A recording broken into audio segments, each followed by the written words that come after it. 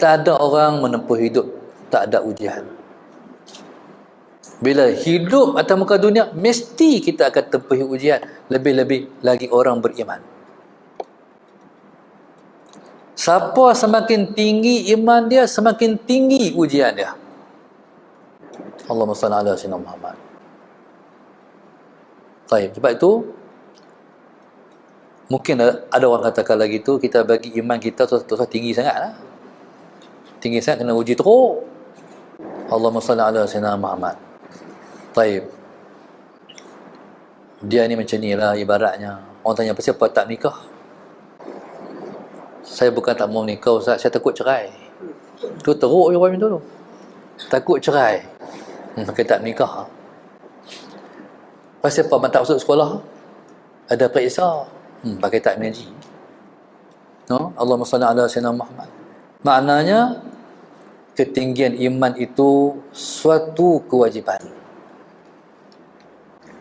Sebab itu tujuan main ke dunia ni.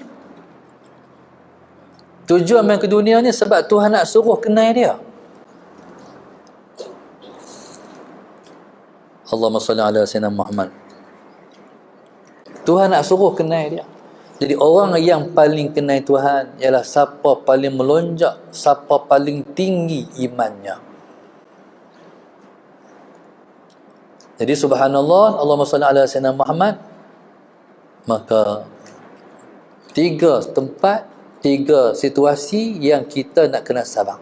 Tapi dalam semua 3 ni, sabar yang paling teruk sekali ialah sabar meninggalkan perintah Allah. Sabar meninggalkan larangan Allah. Hak Tuhan suruh dengan hak Tuhan larang, teruk lagi nak sabar hak Tuhan larang. Nak tinggal yang Tuhan tak bagi buat tu teruk lagi. Baik. Jadi maknanya daripada ayat ni kita faham sabar ialah perkara yang penting.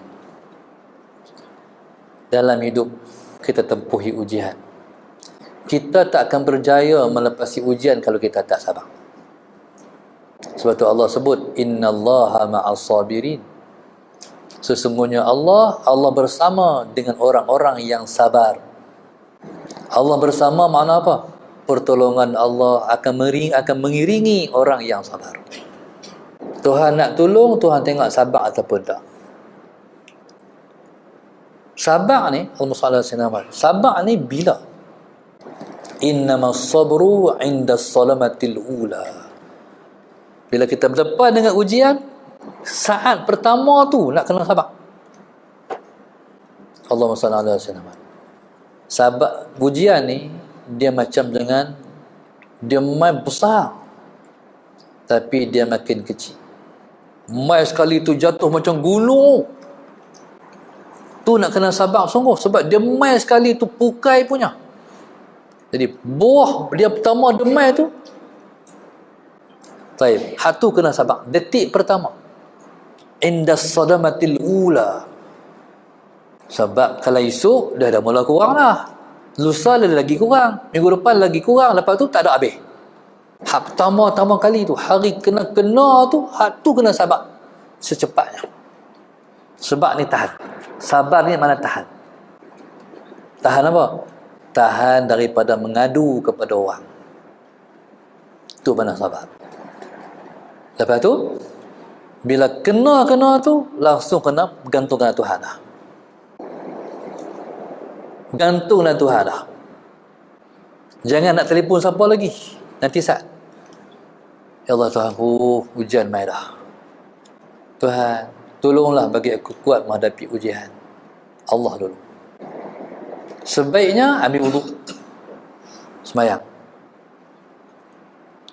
Sebab itu Allah sebut wasta'inu bis-sabri was-salah. Nak ambil semayang, kena pergi ambil wudu.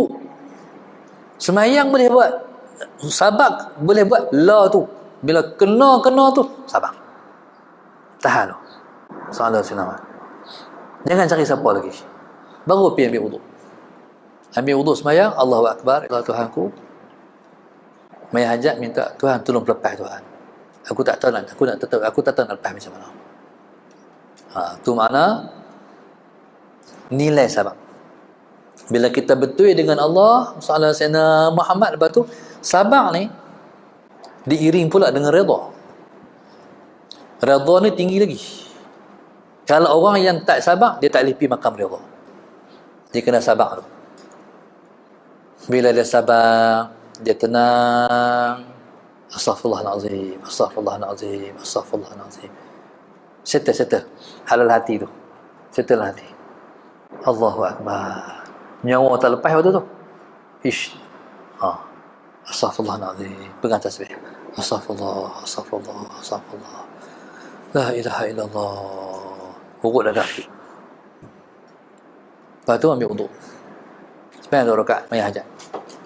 Minta Allah tolong. Minta pelepah diri.